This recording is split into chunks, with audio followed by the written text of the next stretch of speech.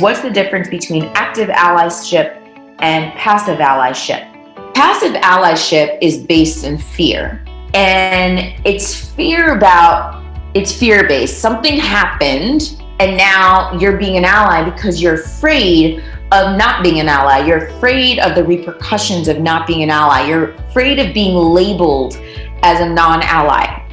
Or you're afraid, it's fear of we gotta fix this because the situation's getting so bad, we gotta resolve it now. So it's reacting and it's fear-based. In passive allyship, it's more about thinking. It's about thinking, it's about delegating to other people to make decisions and to make decisions and take action. And it's about observing, right? It's about being on the outside of the fishbowl. You're looking in, seeing if everything's going accordingly, right? That's passive allyship. And let me tell you, a passive ally is not a bad person. Let me just say that. A passive ally is not the culprit, is not a villain, is not a bad person. A passive ally actually cares. A passive ally just doesn't feel like they're just afraid of saying the wrong thing, doing the wrong thing, being labeled something. They are in fear of not knowing what to do, and they feel overwhelmed. And that is what perpetuates a passive ally. And so at the end of the day, a passive ally has good intentions, but isn't taking a deliberate action. And so that's why when we look at the history of diversity work in organizations, or the history of diversity work, we can contribute some of the lack of change to passive allyship. So another way that a passive ally, participates in this, journey around DEI is that we're quick to defend ourselves. We're quick to defend ourselves and clear ourselves of any wrongdoing, right? So I don't have a bias, that's one. Usually, and I see this in the workplace, and I see this with outside of the workplace, where people are quick, the first thing they're quick to say is like, I believe in diversity, I think I have a diverse team, or I have diverse friends, or multicultural friends. I've always believed in that, or I don't see color. These are statements, right? And this I don't see color is a colorblind theory. It's the colorblind theory, right? And so we use these blanket statements when we're passive allies to excuse ourselves from the problem, to excuse ourselves from having to be accountable or have any responsibility. So we are therefore being more defensive. And when we're defensive, we're not actually willing to learn or put the spotlight on ourselves. We're quick to point the finger at other people, and we're trying to fix other people or the situation outside of ourselves. When we are passive allies, we don't engage in the work also because we feel like it's extra work. It becomes burdensome. It's not we are not able to make the connection between how DEI is part of the business, how it's part of it's an integral part of everyday business. We're not able to understand the connection, so therefore we're not able to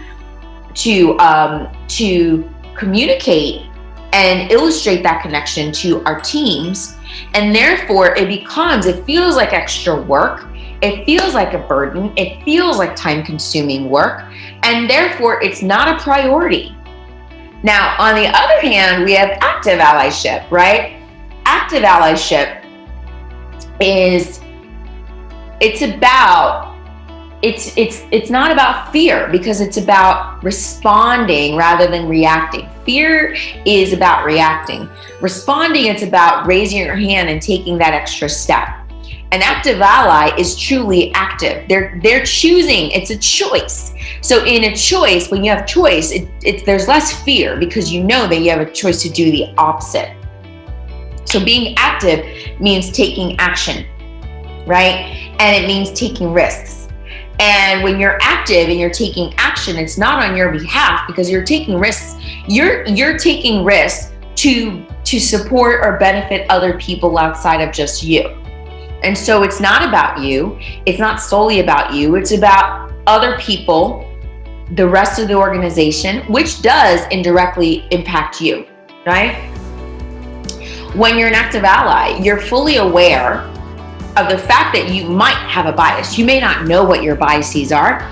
You may not know what your preferences and tendencies are, but at least you know that you might possess those things. You might know, what you might know is that, hey, there's probably another perspective that I am not considering. There's probably another way to approach this that I haven't considered. That's ultimately what an active ally is thinking. That is the language or the reel that's going on behind an active ally's mind, right? What am I not considering? What's another perspective? These are the questions that they're asking. What am I not considering? What's a different perspective? What's a different approach? What am I missing? What my preferences or tendencies be, and how might they affect the way that I'm contributing to this? And how can I be more active in this role, like in this allyship? So an active ally, what they do, especially when you think about it in the workplace as a manager, is that they hold everyone, including themselves, responsible for the progress of DE&I. It's not just one person. It's not just that one marginalized person or underrepresented group or person. They're not saying, hey, you, person X, who you brought up this issue, and now since you brought it up, can you come up with a solution? They're not tokenizing anyone. What they're saying is, hey, I appreciate your courage. So they acknowledge and validate the person, right? Again, amplifying their story. They acknowledge and the courage that the person has in presenting and offering, their perspective. And what they do is, their solution is, let's all engage in resolving it. Let's all come together. And what they do is that they might ask the person who brought up the concern to make suggestions or to point out how things could be better. But they're not holding that person responsible for being the only one to come up with solutions and the only one for coming up with actions. When we're active allies, we also acknowledge that we have more to learn. And so what we do is we listen more. We ask more questions. We ask permission to ask questions, but we ask questions to understand. So that leads to another point. An active ally makes DEI inclusive of all categories, right?